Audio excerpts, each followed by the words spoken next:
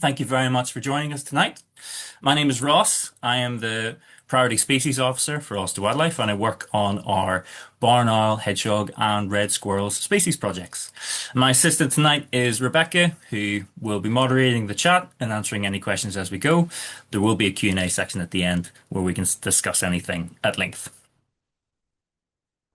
So tonight, I'm going to be talking about the pine marten effect. I've done one of these talks on pine martens themselves. I've done one of these talks on squirrels. I've done one of these talks on a squirrel and pine marten survey. So I thought this year, why don't we go in to this phenomena and deal with the details of it and really explore what we know about this thing that we're calling the pine marten effect. So the pine marten effect, my slides broke there. Here we go. The pine marten effect is this phenomena that we're observing here in Ireland, where an increase on recovery of our native pine marten is seeing a decrease in our grey squirrels, which is in turn benefiting our red squirrels. Just going to minimize that, sorry, so I can see my notes. And this here is really, really exciting because seeing our nature recover is what we're all about here at Ulster Wildlife. We want to see our nature in recovery, and our native species coming back is the dream. And I really want to dive into the scientific literature today and guide you through the results of all the work that has been done here to kind of investigate the relationship between these species and the ecology of these species, and share with you not only the results of these studies, but also their limitations. Science is in a weird place in the world right now, and it's kind of being dismissed in some cases, but I reject that worldview. I think science is so important. Evidence-based science is so important to our decisions and influencing our conservation management.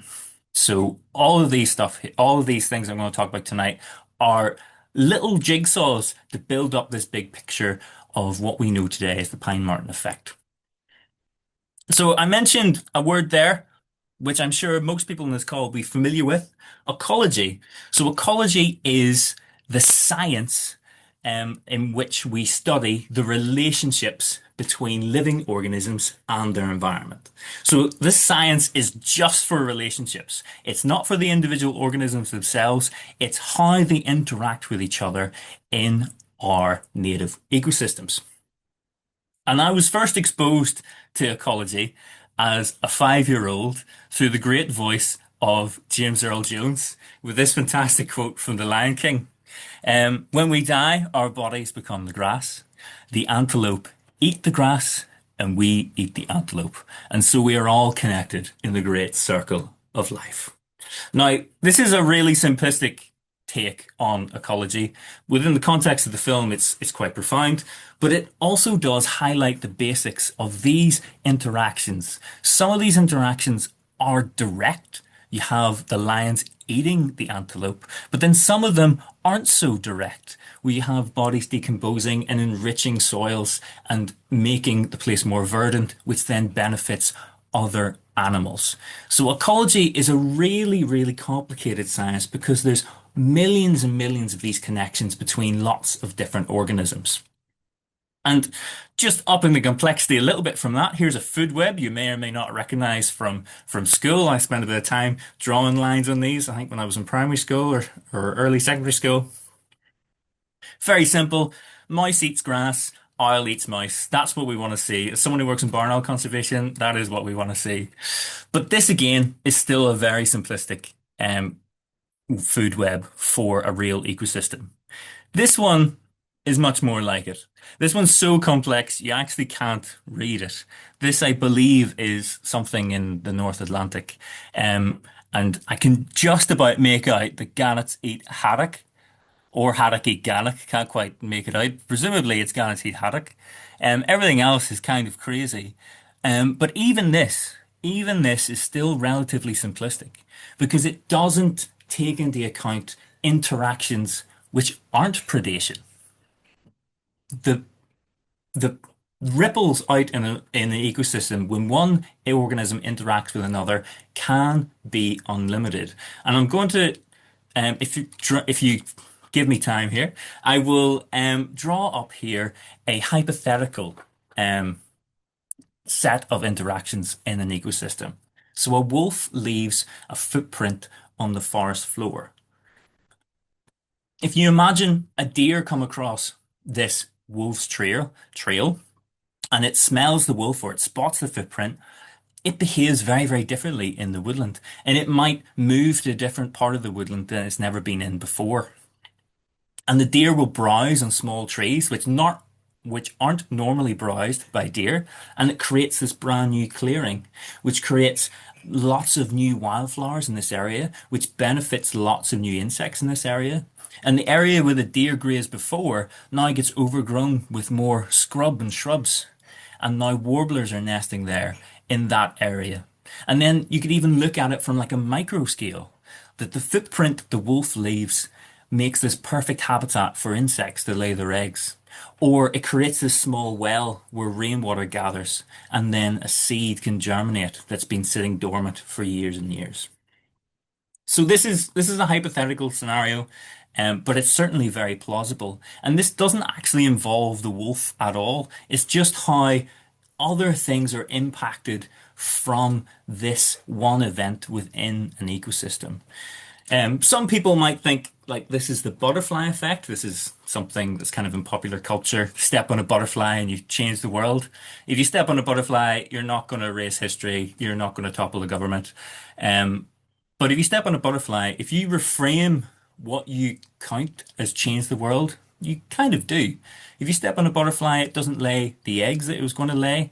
It doesn't produce the caterpillars it was going to produce. The caterpillars don't eat the plant that it was going to eat. The birds don't eat the caterpillars. And then there's less pollinators in the summertime for pollinating plants. So all of these interactions have the potential to cause a ripple effect. I prefer ripple effect than butterfly effect. Butterfly effect is very dramatic, but ripples, like on a pond, the impacts on an ecosystem can be dramatic. They can cause a waterfall, but most of the time they just kind of peter out. These interactions are often very, very localized to individuals in certain areas of ecosystems and don't happen on national scales, which is what makes the pine marten effect really extraordinary because it's something that we are observing on a national scale. So, and it focuses on this one species interaction, interspecies interaction between the pine marten and the grey squirrel. And then we have this third element of the red squirrel kind of benefiting from this interaction. Before I kind of explain the effect and explain some of the science behind it, I need to go and give you some background to pine marten ecology and grey squirrel ecology to make sense of where we go. Again, if you are looking for like a general pine marten talk, this talk isn't for you tonight. This is more in depth looking at the ecology of pine marten. If you want specifically a talk on pine marten, there is one available on our YouTube that I did a number of years ago now. And if you want one that's on squirrels, you can find out more about squirrel specific things on that YouTube channel as well. I've done another talk there too. But today we're talking about the ecology of these species. So I have here a picture of our wonderful pine marten and the range that they exist over Europe. So pine marten are arboreal mustelids, so a weasel that can climb trees, and they are opportunistic omnivores. They will eat anything and everything. They eat small mammals, they eat birds, they eat frogs, they eat reptiles, insects, berries, fruit, fungi, honey, pollen, anything they can get their hands on, they will try to eat. And normally, opportunistic predators tend to be lazy. They go for the path of least resistance. They will eat as much as they can of what there is available, and if they can't find something available, they will go and actively try to hunt it.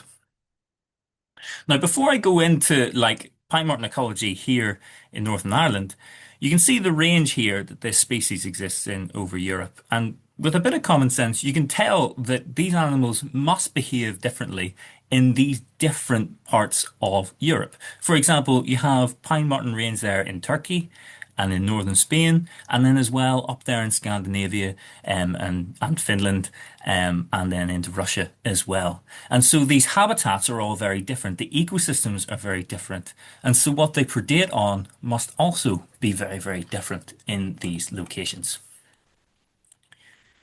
Um, The key thing I want to say though is that when it comes to islands, because they're separated from mainland areas, tend to have a slightly different ecology. They tend to have either more specialist animals because they've been separated for so long. Places like New Zealand are a great example of that. Or they have more generalist species and less species than you would expect, like Britain and Ireland, which is a consequence of the Ice Age and their separation from Europe being more recent than islands like New Zealand. Oh, I've highlighted Britain and Ireland just in case you didn't know where they were, but there they are on the map. So, on to our papers. This is the first paper I want to discuss today. This is from 1993, and these three Polish gentlemen, presumably gentlemen, um, maybe not. I'm not going to pronounce their names. I would butcher that. But this is from a established broadleaf forest on the Polish and Belarusian border. I'm not going to try to name the forest, but it is there for you to see. And that yellow dot is exactly where it is.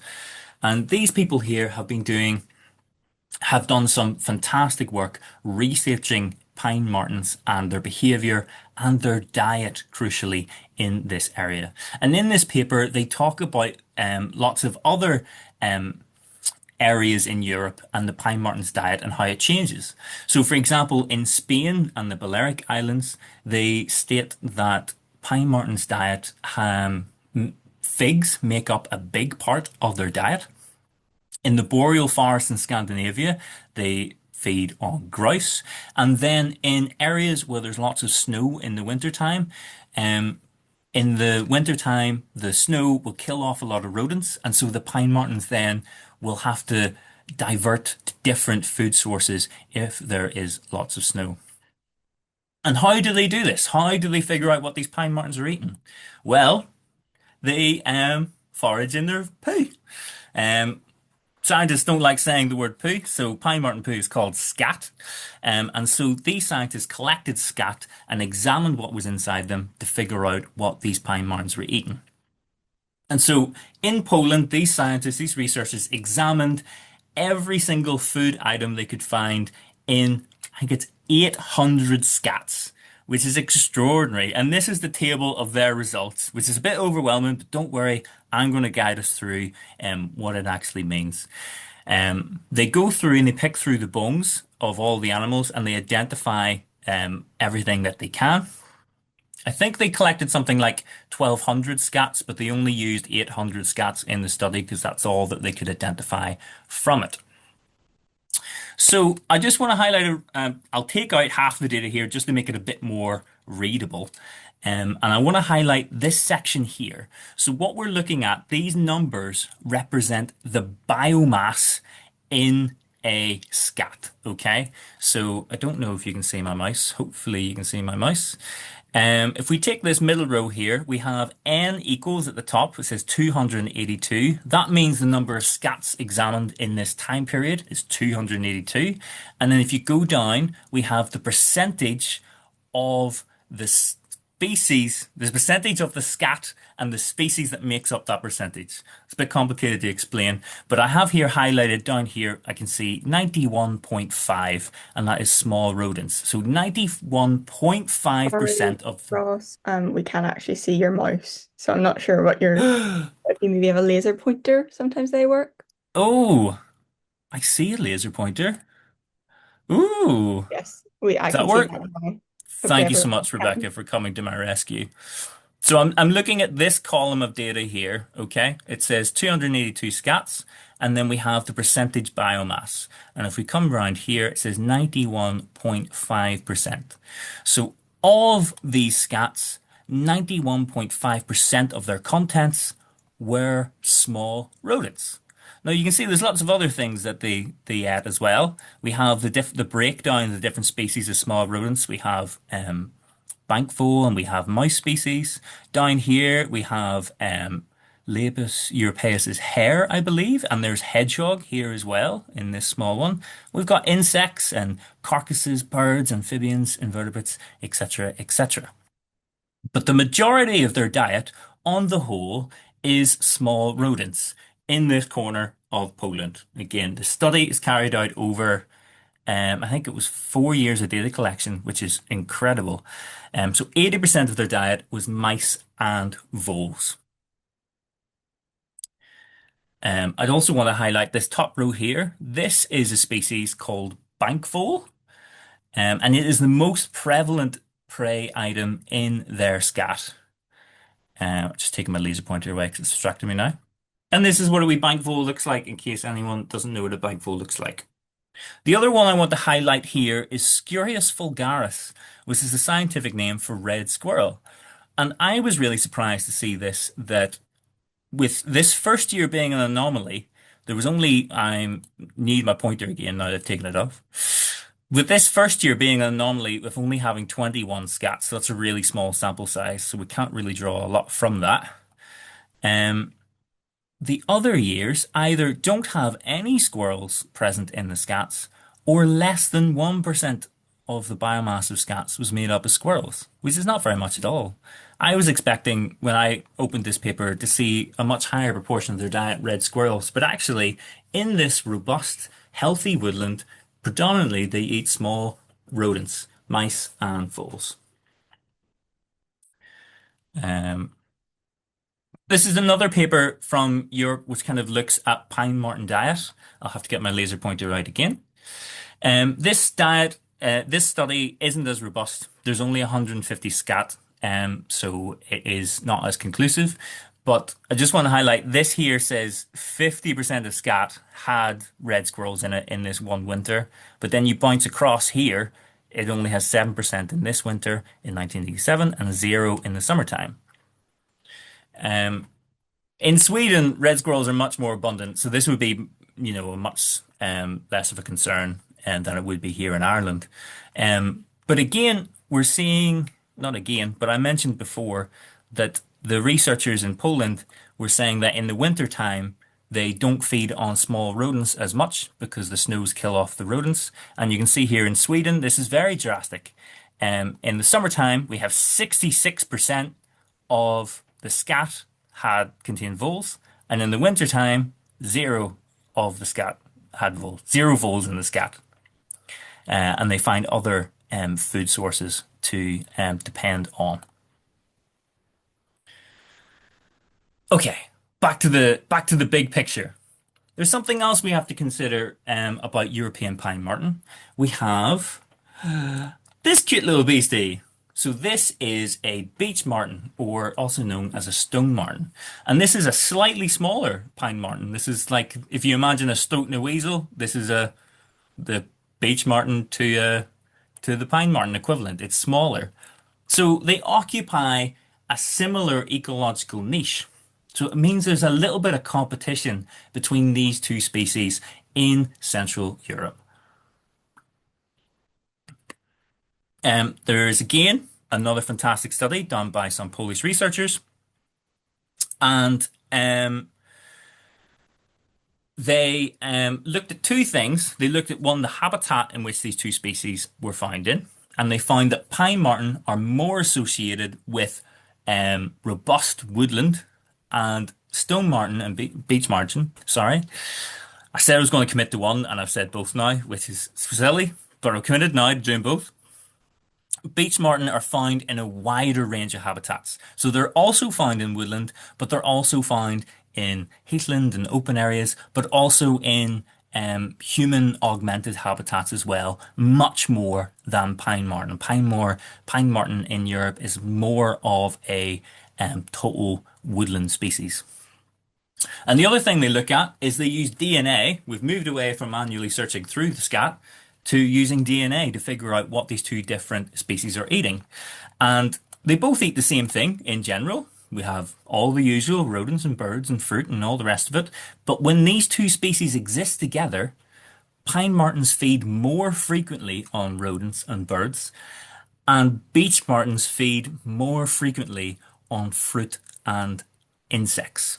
So when the two of them are together, you have this distinct two different ecological niches that kind of ensure that they don't compete together too much. But, as I'm sure you know, in Britain and Ireland, there isn't that issue. There isn't that competition. So the pine marten is free to explore both of these niches fully. They can hunt as many insects and fruit as they can find. Hunt's the wrong term for fruit, but hunter and gather the fruit and insects as much as they want because they don't have this competition with the beech marten in the same niche.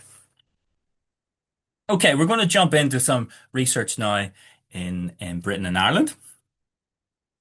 We have this PhD by Fiona Carroll, um, pine marten diet and habitat use within a managed coniferous forest in Scotland. And you can see in the map on the top right, it is in an area called Easter Ross. And what's really cool about this study is that red squirrels are present here and grey squirrels are not.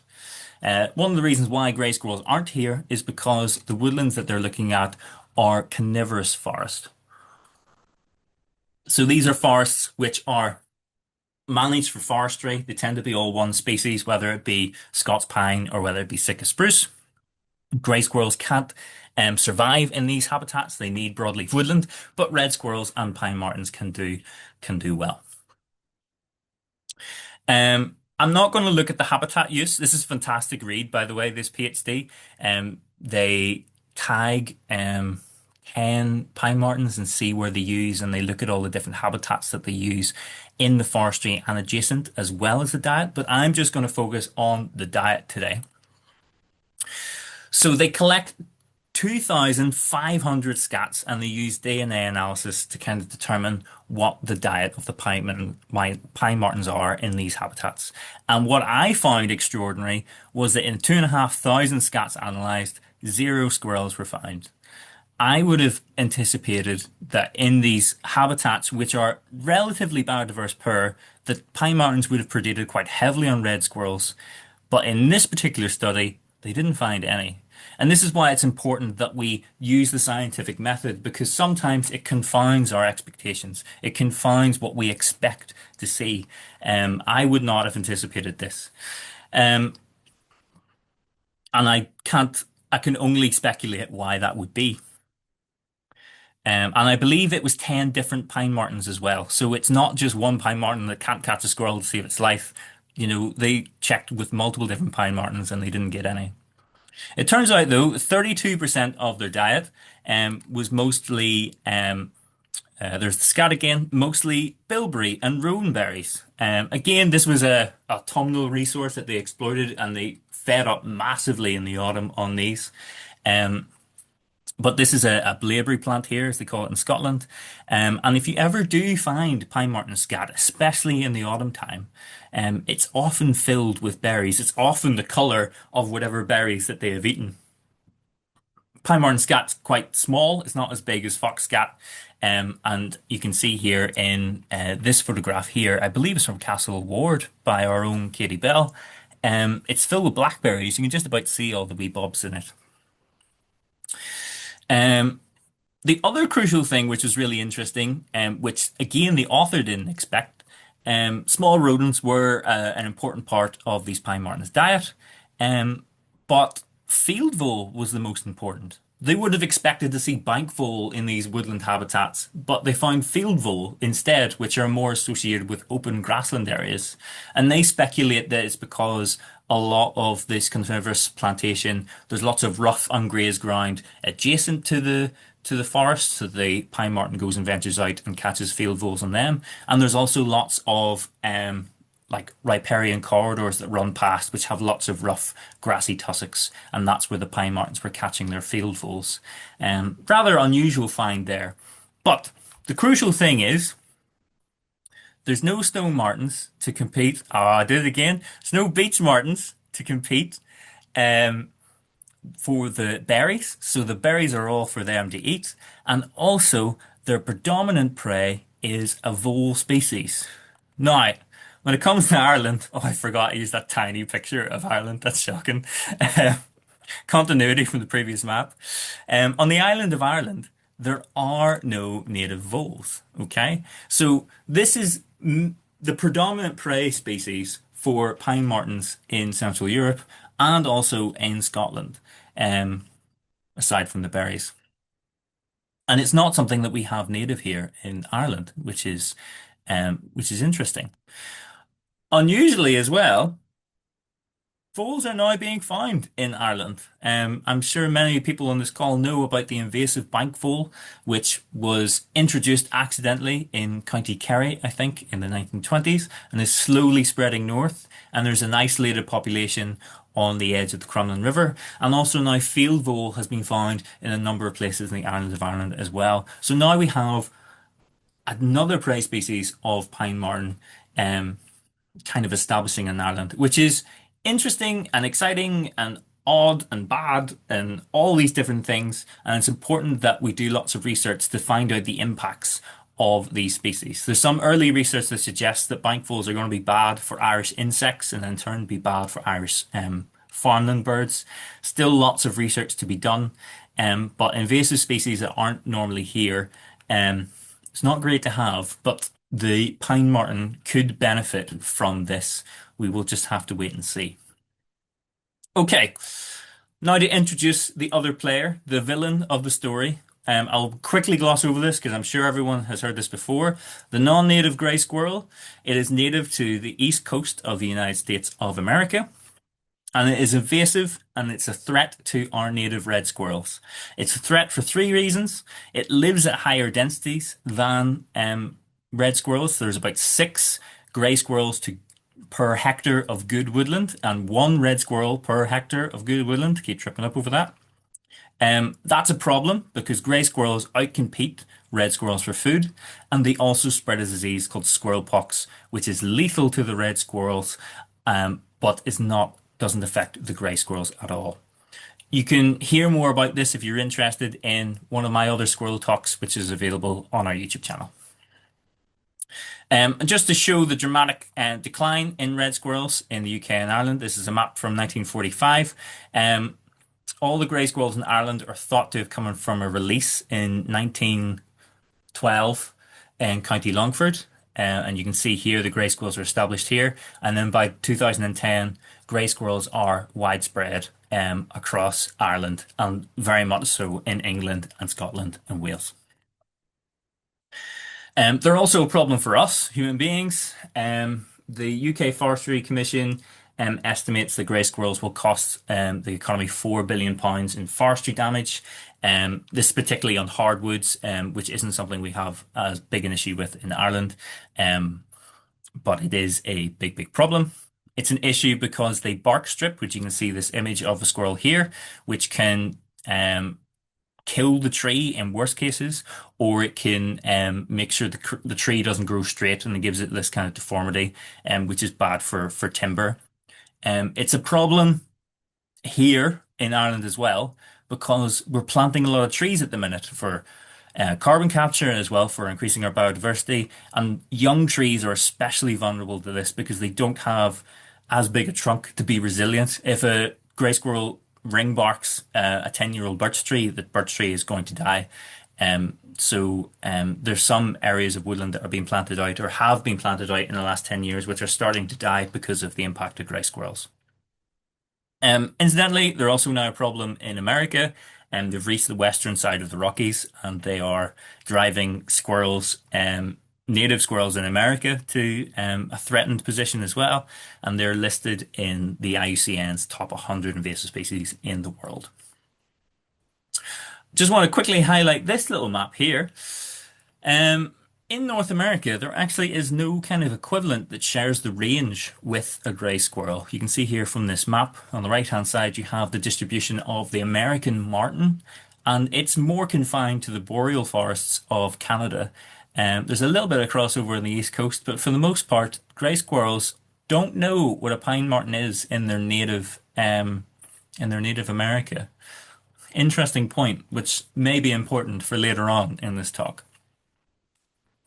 So we've established the players. We're now focused solely on Ireland, Northern Ireland. We have the pine marten and the grey squirrel. Let's get into the research about the pine marten effect and how we came about to understand this effect. The first thing that we came to understand was that pine marten appeared to be recovering. Pine marten were hunted to near extinction in the 19th century, and there isn't a lot of data because they are so an elusive species defined, and they're primarily nocturnal. So it's very, very hard to figure out how they're doing, especially before modern survey techniques. This gentleman here, Mahoney, did a survey 1978 and 1980, where he looked for pine marten scat across the whole of the Republic of Ireland. And the pale grey squares there are where he looked but was unsuccessful, and the black squares is where he was successful. Looking for scat is not a foolproof method for surveying, but that was the best that they had at the time. And so if we're taking this as a good marker, which we can presume this gentleman knew what he was doing, that we can see that they're actually confined to the west and they're not very widespread across Ireland at all. There was a survey carried out, though, in 2007, the All Ireland Squirrel Survey, that was aimed to establish the presence and absence of red squirrels and grey squirrels. Sorry, my computer is telling me it wants to update. Hopefully that will make it go away. If if the call crashes, just hop back on and I'll come back when I can. Um, 2007 was the very first survey, and they were looking for squirrels, and they were using hair tubes at the time and sightings from members of the public. And they found that they were getting lots of other hairs, and it was the hair of the pine marten. And so on the left-hand side here, you can see the results of the survey in 2007. And they're much more widespread than in that previous map that I showed you. The survey was repeated again in 2012, and again, there was an increase in the distribution of pine martens. Camera traps were starting to be used for this survey now, so they were being left out overnight, and maybe they were picking up more pine martens than before, but it would appear that pine martens were on the increase on the island of Ireland, which is really interesting. And compare that with the grey squirrels. There's this real stark in 2007, they weren't expecting this. Um, Grey squirrels were never really dominant in Cork or Kerry, but they were found in the west. They appeared to be disappearing, and they appeared to not be very strong in the Midlands. And it was the same in 2012. In fact, there was this trend of grey squirrel retraction. And so these two studies led to a flurry of research into grey squirrel and pine martens, especially in Ireland, but also in Scotland. And this was one of the first papers that I can find. The authors are Emma Sheehy, Denise O'Meara, Catherine O'Reilly, Anthony Smart, and Colin Lawton. I just want to highlight Emma Sheehy and Colin Lawton in particular because their names are going to pop up a fair bit in this talk. Um, so this was published in 2013, and they used DNA analysis on pine marten scats. I actually don't have the number with me. I think it's around 200 scats. And they found red squirrel and grey squirrel in scats at very low frequencies. But this is the first evidence that we have of pine martens predating grey squirrels directly in Ireland. So this is something that is kind of, especially in my sphere, that is kind of a given now that pine martens eat grey squirrels. But actually, in the grand scheme of things, that's only 13 years ago was that discovered for completely to be sure, which is really cool when you think about it, how quickly things change, how our understanding changes so quickly. They also found something else which was interesting. Whenever there was high densities of pine marten, woodlands appeared to be absent of grey squirrels. They appeared to no longer be there, but red squirrels still remained. And again, that kind of confounded expectations. Why would this predator coming back mean that one squirrel species disappeared, but the other squirrel species still existed? It kind of seems strange. So again, more investigation was carried out. Emma Sheehy went off to Scotland and did some research there. This paper, The Enemy of My Enemy is My Friend, is a fantastic paper, although it's quite complicated, but I'm going to delve into it a little bit. Emma Shee and the team there, they set out camera traps and used the trap data that they got to do some modeling on the kind of distribution and behavior and occupancy of squirrels and pine martens in Scotland. And they produced this beautiful graph, which I absolutely love. Uh, Scientific papers are normally grey and monotone, so it's great to see a little bit of color. And basically, what this graph is showing that whenever they had high densities of pine marten in their model, the occupancy of grey squirrels in woodlands decreased. So whenever there was high densities of pine marten, grey squirrels were predicted to decrease. And whenever there was high densities of pine marten, red squirrel occupancy increased, which again kind of reflected that study in 2013, but kind of confounds what you would normally expect. Predator in higher densities would mean it's preys in lower densities, but that wasn't the case. Um, and what they theorized is the pine marten must be exerting some sort of pressure on on squirrels that the grey squirrels felt really strongly, and the red squirrels either didn't feel at all or felt to a much less extreme. They also theorized that when grey squirrels disappeared, the competition element with red squirrels also disappeared, which meant that the red squirrels could increase in their numbers. And they didn't really know why this would be happening. This paper didn't investigate why it was happening. It was just investigating the relationship. But one of the theories that they came up with was that red squirrels could go higher in the trees, so they could be predated less by pine martens because they're more nimble and things than grey squirrels. They also suggested that grey squirrels spend more time on the ground than red squirrels, and pine martens primarily hunt on the ground. Pine martens can hunt in trees, but like I said earlier, they're lazy. They won't do things if they can get an easier meal. Why would I climb a tree to try and catch a squirrel up there when I can just hop out of the tree and catch a squirrel on the ground? That's their theory anyway. We don't have any proof at this stage yet, but we're starting to come up with theories. We're starting to suspect what could be going on here. Why is this happening? What's this slide? Oh, this is an animated graphic of what I've just talked about in case it didn't hit home. The grey squirrel is disappearing and the red squirrel is coming back. Forgot about that slide. Going to hop onto a different study now, going back to Ireland. Flaherty and Lawton popping up again.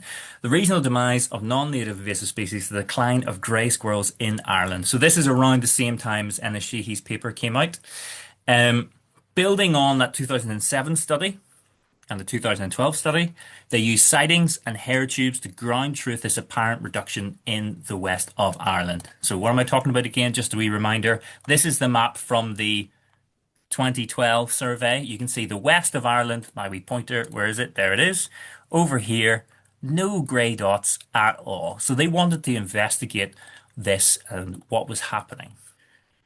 And this is what they came up with after 2 years of research. They had found there's this little gap here with not as many squirrels, red squirrels. Again, I'll get my pointer out over here in the west, but there are red squirrels found abundantly in these counties. For grey squirrels here in the middle, there's this huge big black gap. No grey squirrels at all. And then we have pine martens over here, which are kind of everywhere. Now, the reason why they focused on here was because down the middle here, we have the River Shannon. And the River Shannon is one of the biggest rivers in Ireland. And they theorized that potentially this was a blocker for the movement of pine martens and squirrels.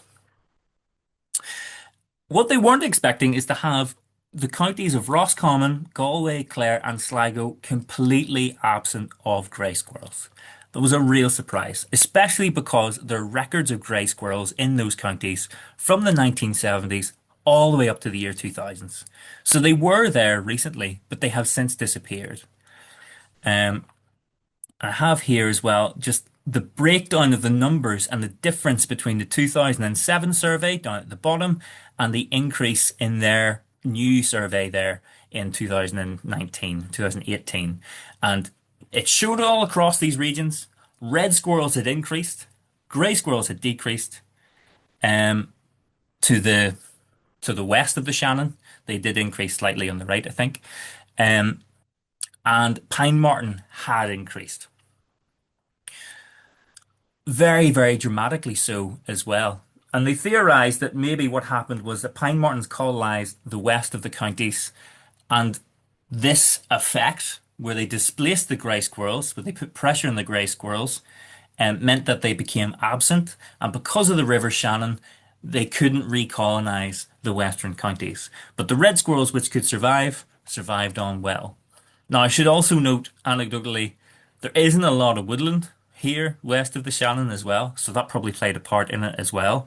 That the woodlands that the grey squirrels did exist in these counties were very small, and so if there was any sort of pressure put on them, it would be very, very difficult for them to recover if they did.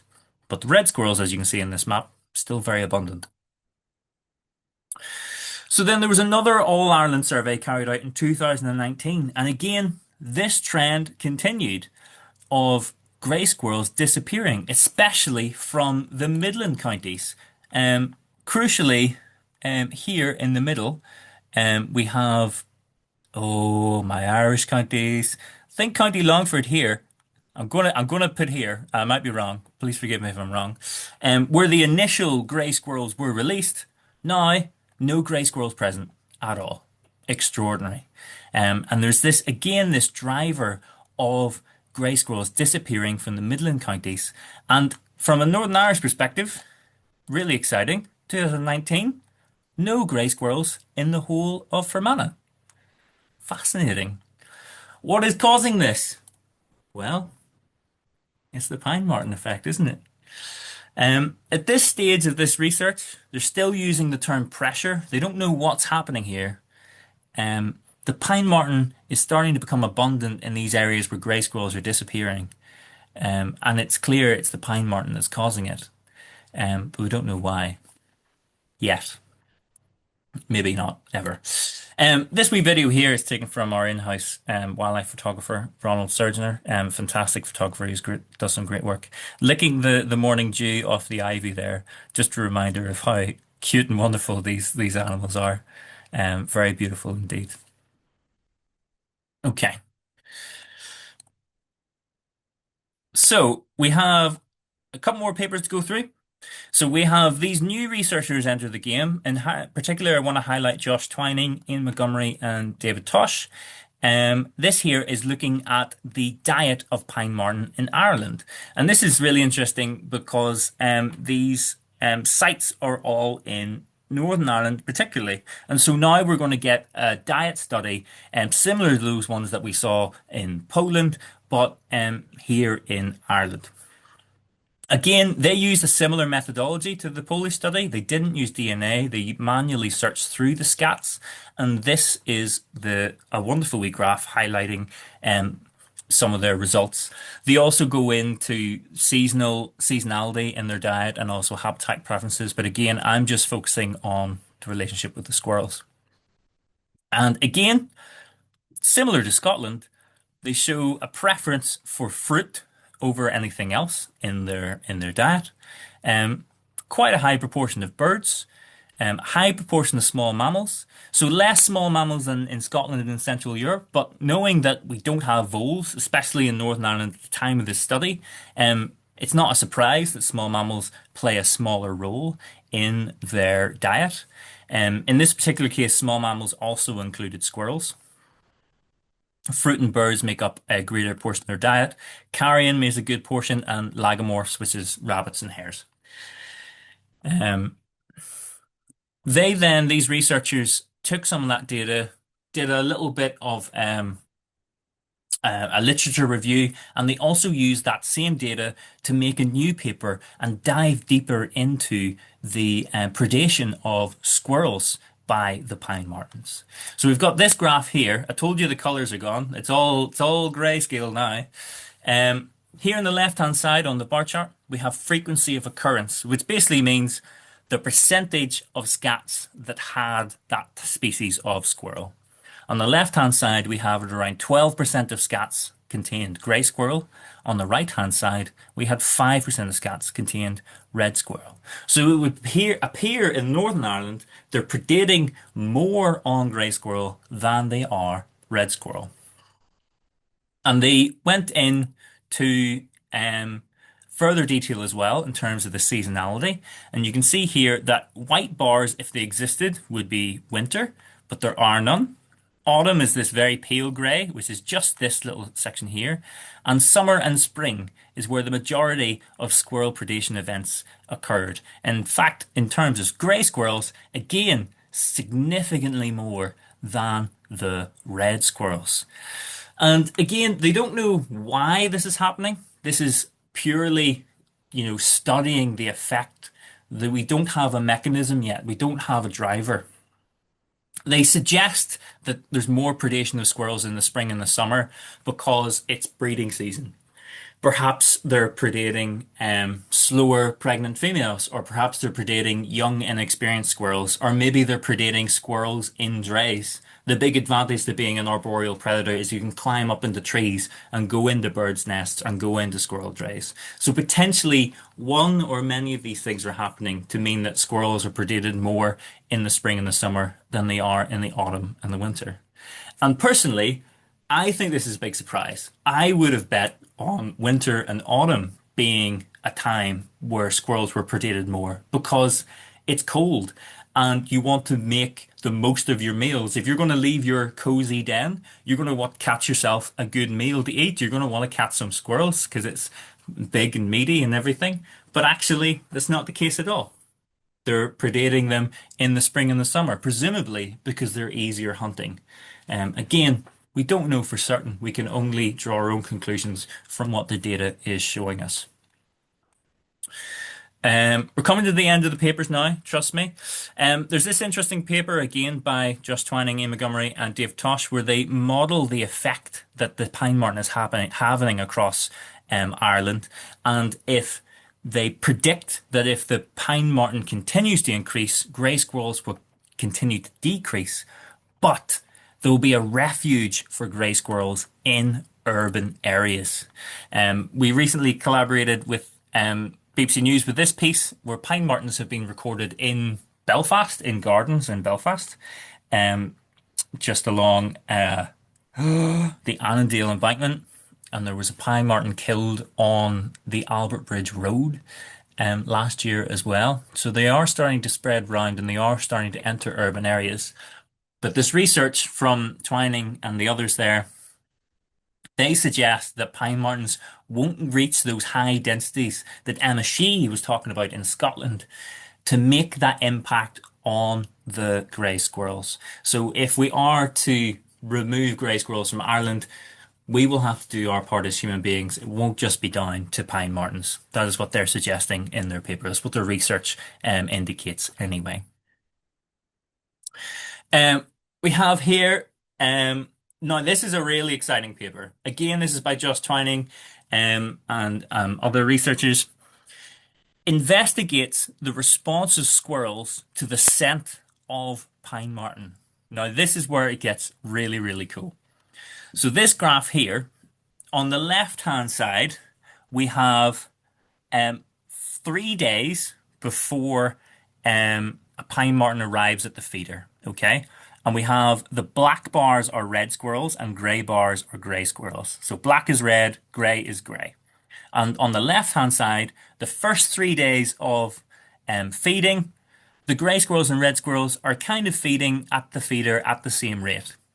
But then, on the night of day 3, a pine marten visits, or in the case of this study, they applied pine marten scent. They didn't get a pine marten in for it. They had the scent of the pine marten from a captive animal and sprayed it on the feeders.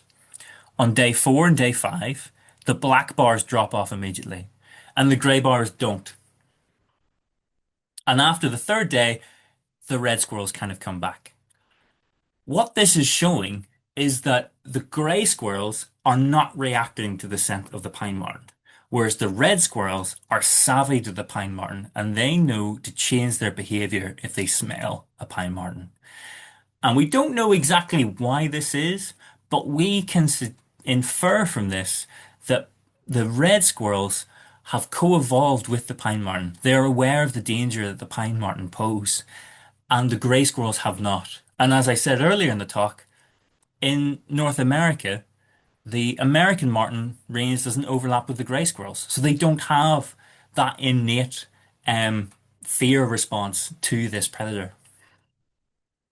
And this evidence was built upon in a paper that came out last year. Emily Riley and Colin Lawton, again in Ireland, they looked at camera trap footage of red squirrels and pine martens in the wild, I think. And they basically analysed the squirrel behaviour before and after a pine marten visited the feeder.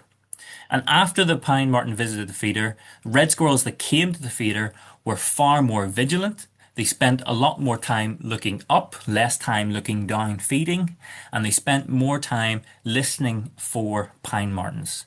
So again, this shows that there is possibly some co-evolved relationship here, where red squirrels are aware of the dangers that pine martens pose, and they're not, grey squirrels are not aware. And as far as I know, these are the only papers on the mechanism on pine martens and their impact and their effect on these squirrels. We can see from all of these papers that pine martens are having an effect. We don't know exactly why, but we suspect it's because of this co-evolution kind of fear response. Fear is not the right word I'm looking for. Looking after themselves response. My, losing my words now. But anyway, this behavior here is something that we observe in our survey. So Ulster Wildlife, we do a survey every 2 years where we put up camera traps and feeders, and we monitor the distribution of red squirrels, grey squirrels, and pine martens in Northern Ireland. So if there's any drastic changes, we can help make urgent conservation action where it's needed. And here's some of my favorite pictures from a few sites. This site here in particular is in Armagh, and we didn't get any pine martens at this site. And the red squirrels here are just having a great time. They, as many as 4 squirrels on this one feeder at one time, and they didn't really show any signs of looking out for predators, anti-predator behavior at all. I have another image here from a different survey site in Fermanagh, and pine marten and squirrel visited this feeder, and we saw anecdotally through our footage that the red squirrels didn't spend as much time there. They rarely went into the feeder to get nuts, to get the peanuts, but they did appear on the camera, just not as frequently as in Armagh. It just occurred to me that I forgot to run any polls, but that's okay. Hopefully you have heard of our squirrel and pine marten survey. If you've not heard of our squirrel and pine marten survey, please go onto our website and have a wee look for yourself, and you can see all the wonderful maps. Or you can go on to the YouTube channel where I talk about the results of previous surveys in the past. In 2024, I should say, sorry, this is a massive effort with lots of red squirrel volunteer groups. Lots of other NGOs take part in it, where they put up a camera and a feeder, and we map the distribution of red squirrels and grey squirrels and pine martens in Northern Ireland. In 2024, we surveyed 328. Excuse me there. Talking too fast.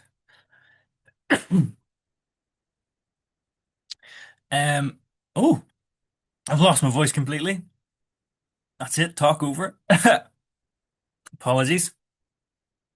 We recorded pine martens in the Northwest for the first time. And goodness, this will be a good time to get your questions in whilst I recover. Excuse me. Okay, I'm back. Apologies for that. Pine martens were recorded in the Northwest for the first time, or rather, in a more widespread way.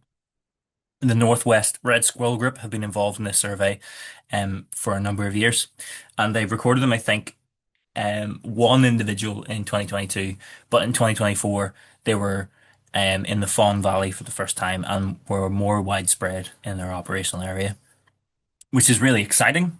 Because grey squirrels are a problem up in Derry, Londonderry, so having the reinforcements of pine martens in the rural landscape will do wonders for them. There appears to be a retraction of grey squirrels in County Tyrone. I've spelled County Tyrone wrong. I apologize if you're County Tyrone native. Um, we didn't record any grey squirrels at all in County Tyrone, which isn't true. There definitely are grey squirrels in County Tyrone. It's just we didn't get them on our cameras. Um, a lot of our cameras are in rural areas. They are in rural woodlands. It's very hard to put up cameras in urban centres because they get nicked or they get damaged or whatever. So a lot of urban centres, Oma and Dungannon and Cookstown, probably have grey squirrels quite abundantly, but we didn't get them on our survey. But the key crucial thing that was really exciting for me is that red squirrels were holding strong across Northern Ireland. So this is a species which was once in free fall, once in major decline, is now holding strong again in Northern Ireland, which is really exciting. And as we enter 2026, we are just starting up our new survey for this year, which is great. I have my first camera out already, so watch this space for the beginning of next year, and you'll see the result of our new report. Also, a secret announcement for all members. We are collaborating with researchers in NUI Galway and also the Vincent Wildlife Trust and lots of other partners on the All Ireland Squirrel and Pine Marten Survey for 2026. What's different about this survey is that it's not just camera traps, it's also sightings from members of the public. So you can participate in this as well. And this is the papers that I was talking about before, the 2019 to 2012. This is the same thing. We're repeating this study again to see how much of the distribution of these three species has changed on the whole of the island of Ireland. And it's something that you can get involved in at home. If you see a red squirrel, if you see a grey squirrel, or you see a pine marten, please report your sighting to the website here, ulsterwildlife.org/report your sightings. If you're reporting a squirrel, it'll take you onto this little map here. You just follow through. If you're on a desktop, I should say, you'll see the map and this little form. You fill the form out. It's very, very simple questions. Um, and you place a dot on the map to say where you saw the squirrel and you send it off. It comes through to me or it comes through to Rebecca and we will check it to make sure that it's correct. Um, we like to see a photograph if possible, depending on where you are. If you report a grey squirrel from Belfast, I don't need to see a photograph of that. But if you report a red squirrel from Belfast, ideally I would need to see a picture for that because that would be really exciting if we had red squirrels in Belfast again. So this is something that anyone can do. You don't need to be an expert in these species. Ideally, submit with a photograph, but if you don't have it, submit anyway. And if we think it's unusual, you'll get an email from myself or Rebecca, and we'll ask you a few questions to make sure to verify that the sighting is correct. This map is currently showing all the sightings we have for 2026 so far. It's not very many, so we're hoping to get a few more in the next 12 months. But we're officially launching the survey next week, I think. So there'll be a bit of press about it, and hopefully it drums up a bit of interest for it.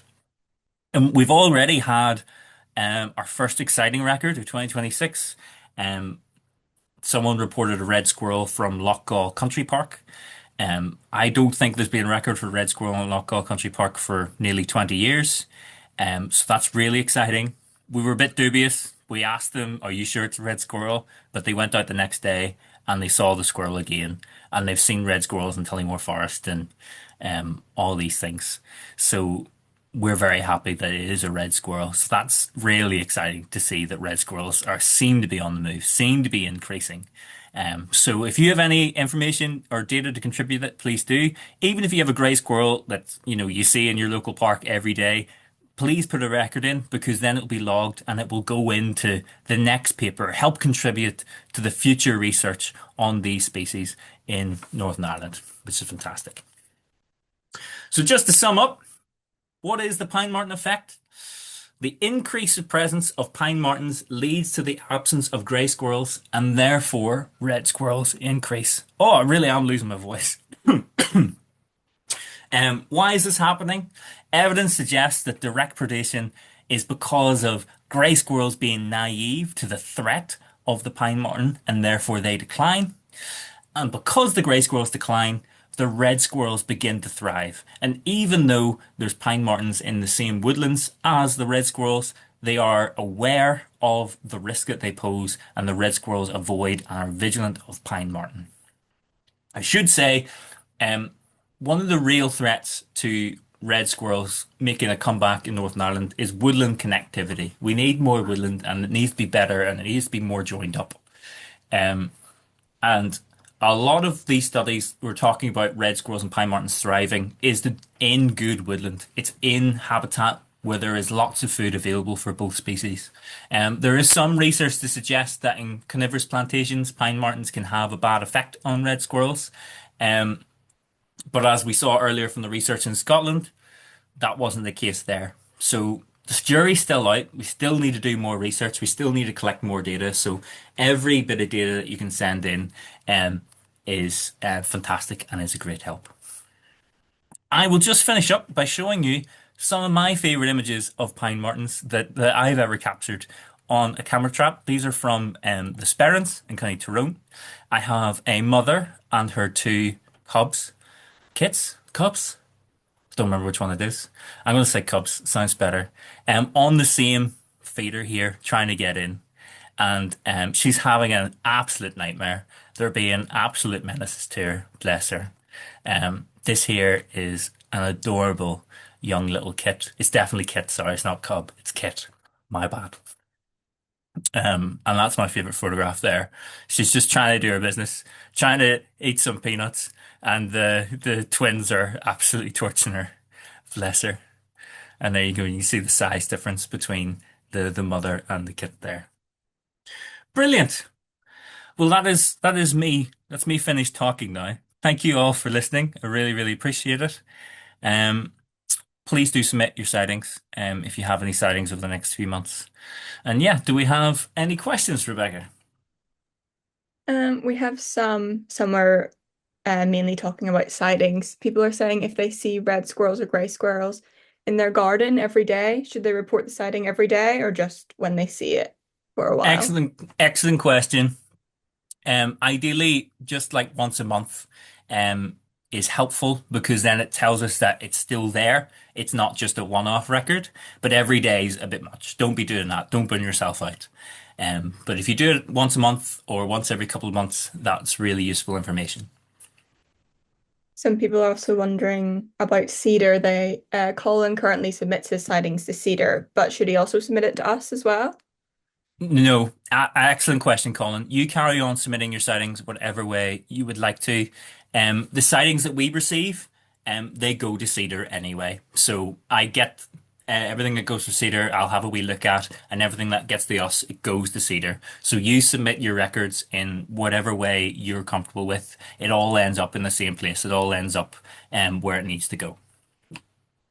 Okay. I think there was one just about we pass the results to Cedar, but we don't get any information from Cedar for our survey. No. No, not for our survey. Our survey is just us. We put up camera traps. Our survey has a strict methodology, that's based on one of the researchers, Dave Tosh's his methodology, which creates a standardized um, survey method that can be repeated. So only, not that only us can do it, because lots of volunteers do it, but the data we get from Cedar is not does not feed into that. That's all the questions I can see. If anyone else has any, please do put them in the chat, but I'm sure we're happy to answer them at any time. Yes, indeed. Well, just as a finish up, again, a wee reminder. These are the talks coming up. We have the amazing world of soil next week with Rosemary, who's very experienced and very knowledgeable. I'm quite interested in that myself because I've no idea what on earth I'll learn. Our peatland restoration work with Simon Gray is fantastic. Our new nature reserve in Fagin with Jazz Night. Again, I've highlighted Julian and Maureen at the very beginning. And then we have the puffin come back on the 25th of February. Great good news story for wildlife conservation there. We have Nina talking about her project and Jade talking about the rise and fall of oysters, not just the oyster project. Interesting. Well, that's really good. Lots of really interesting talks lined up. So, if you are interested, please check those up and sign up. And of course, the last time I'll plug it. Um, we've got a half price membership for the month, so please encourage your friends and family to join and help support our work. Thank you all for coming, and thank you all for supporting our work. We couldn't do the stuff that we do without you, and we sincerely mean that. Thank you so much. If you do have any feedback about these talks, or my talk in particular, please let me know. And I'm sorry if I took too long. Any other questions, Rebecca? Um, Someone was asking, um, are cheap trail cameras on eBay and Amazon, are they useful for surveying, or would you recommend the more expensive ones? If Warren's just you asked that. If you're just looking to see what's there, the cheap ones are fine. You can get good cameras for about 60, 70 quid now. If you want nice photographs, I would recommend spending at least £100, maybe £120 on one. But if you're just recording what's there, you can get a cheap one. Absolutely. Just know the more expensive cameras have a better picture quality. But the pictures that you're seeing there are um what are they called? Browning Combat Command Ops, I believe they're called. Browning Command Ops, which I think are about £100. So considering where we were with this technology 15 years ago, £100 isn't very much. So and the picture quality you get for £100, I mean, sorry, is very good. So treat yourself, spend that extra 20 quid and get a better pictures that you can share with your friends and family. And I think there's just one more. Leslie wanted just to confirm what small mammals are actually in Northern Ireland, because I know you mentioned about the voles that we don't have. So what small mammals would pine marten feed on, I guess, here? Excellent question. So the native small mammals to Ireland are wood mouse and pygmy shrew. We also have house mouse, which is widespread, and brown rat. So those are the four which are kind of long established here in Ireland, at least like 400, 500 years at least. There is now a population of bank vole around the Crumlin River, and there's also a few isolated field vole that have been found recently as well. We don't know where these are coming from, but the main three, wood mice, rats, and pygmy shrew, those are the main three species that we get here. And there's one question I should maybe message him, but how should I Comfrey said how should I promote? I think he's talking about pine marten in his garden, but I'm not actually sure. If maybe you could clarify, but maybe as well if you want to answer how to promote pine marten in your garden. Yeah, if you have a large garden, Um, you could put up a den box if you have a very big garden. One of the things that would limit pine marten spread is denning opportunities because we don't have a lot of cavity trees anymore. They tend to den they're actually underground in places, under like fallen trees and things. But if you have a modest garden, a little squirrel feeder is perfect. We should really call them pine marten feeders now, as you can see from this image here. If you want to supplementary feed them a little bit, that's you definitely can do. I wouldn't put food out every day because you don't want to make them reliant on your food source. Just top it up maybe once every couple of weeks and let the pine martens come in. And then if you have any gone off apples or anything like that, then the pine martens will forage on them. And you can also plant some of those the species that they feed on, the berries. Rowan is a really big part of their diet. You plant a few rowan trees in a few years, you could really support not just pine martens but insects and other birds too. So there's a few ideas to get you started. I think that's everything from question wise from the chat for now. Okay, perfect. Thank you so much for coming, everyone. I hope you had a good time. Please let us know in the feedback form if you did or you didn't. That's really helpful.